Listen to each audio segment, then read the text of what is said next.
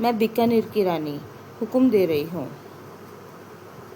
पायल के हुक्म देते ही मैनेजर ने धीरे धीरे अपनी गर्दन उठाई। जैसे ही पायल की नज़रें मैनेजर की आंखों से मिली, वह ठिठक गई।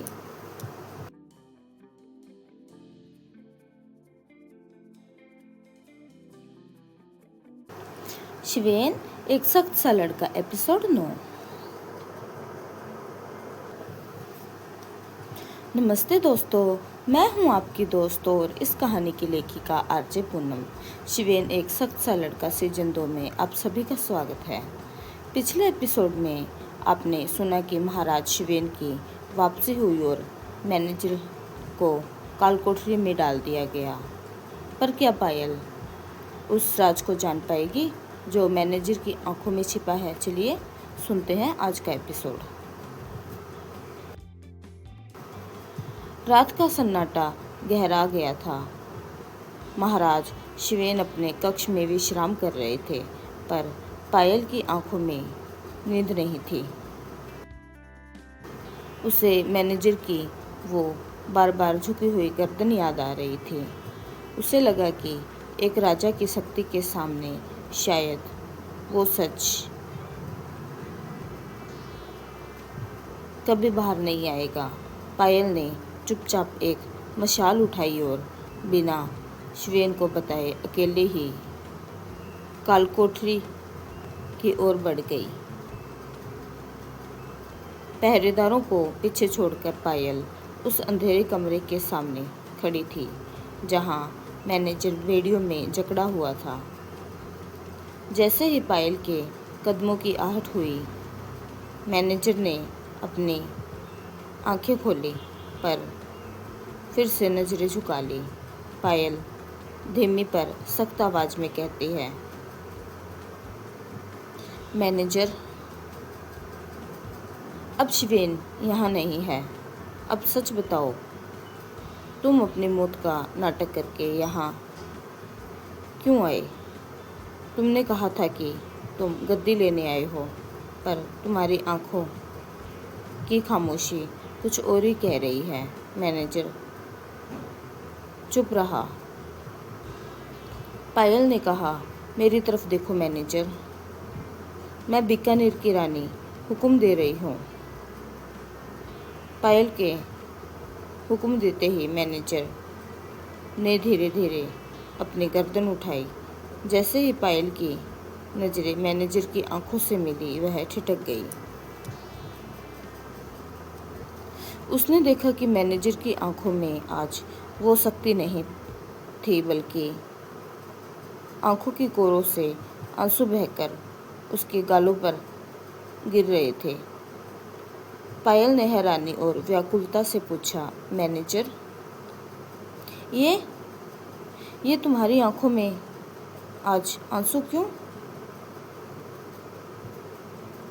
तुम तो एक अपराधी हो, फिर ये कमजोरी कैसी?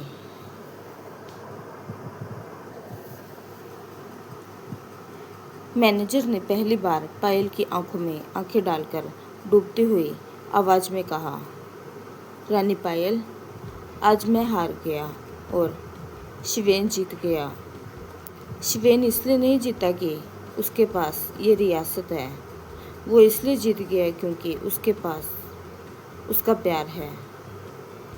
और मैं इसलिए हार गया क्योंकि मेरा प्यार अधूरा रह गया। मेरे पास आज कुछ भी नहीं है, न वो प्यार, न वो साथ। मैनेजर की आवाज़ रुआंसे हो गई थी, पर उसने बोलना जारी रखा, पायल, मैं वहाँ जेल तोड़कर और सबको मौत का धोखा देकर इसलिए नहीं आया कि मुझे ये गद्दी चाहिए थी। मैं तो इसलिए भाग कर आया हूँ क्योंकि जिससे हम बेपनाह मोहब्बत करते हैं, अगर उसका साथ मिलना नसीब में नहीं, अगर उसका प्यार मिलना मुमकिन ना हो, तो कम से कम उसकी नफ़रत में उसी के हाथों मरना तो मुमकिन हो सकता है ना।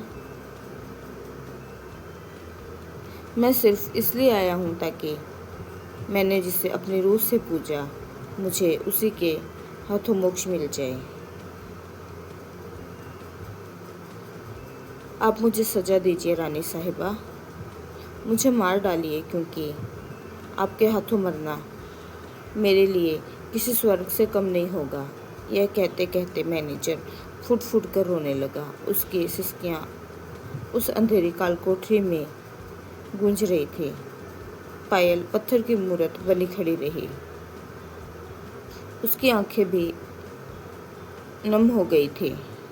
उसे आज एहसास हुआ कि प्यार सिर्फ पाना नहीं, बल्कि खुद को मिटा देना भी होता है।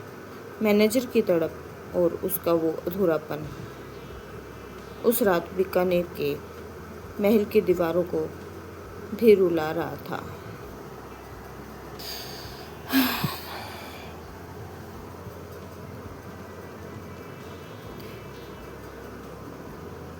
तो दोस्तों, मैनेजर के इस अधूरे प्यार ने आज न्याय की कुर्सी को भी हिला दिया है। क्या पायल उसे वो मौत देगी जिसकी वो हसरत रखता है? जानेंगे अगले एपिसोड में। अब मेरी ये खास लाइनें। अधूरे प्यार की तड़प ने आज पत्थर को भी रुलाया है। मोक्ष की खातिर प्रेमी ने खुद को सूली पर चढ़ाया है। पूनम की कलम ने आज दर्द का वो दरिया बहाया है जहां जीत कर भी कोई सब कुछ हार आया है।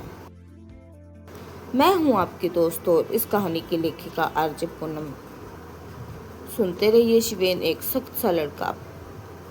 अपना ख्याल रखिए। नमस्ते।